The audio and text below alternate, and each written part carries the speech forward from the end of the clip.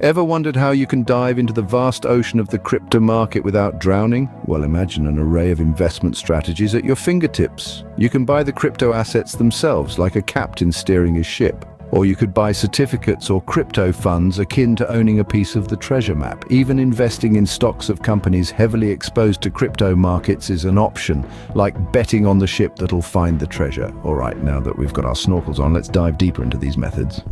Just like a restaurant menu, the crypto market has a variety of options to choose from, each with its own flavor and spice.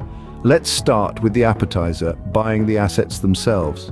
Think of it as buying a house. You own it outright and benefit from any increase in value over time. And of course, you can use it as you want. Next, we have the main course, buying certificates. This is similar to owning a title deed for a piece of land. You don't physically own the land, but you have the right to its value. Then there's the side dish, crypto funds. This can be likened to buying a share in a shopping mall. You're investing in a collection of stores, spreading your risk across multiple assets. Finally, we've got the beverage, investing in stocks of companies heavily involved in crypto. It's like owning a piece of a gold mine without having to do the digging. So we've tasted the menu. What's next? Let's talk about desserts, a possible upcoming ETF from BlackRock. Now, who doesn't love a good dessert?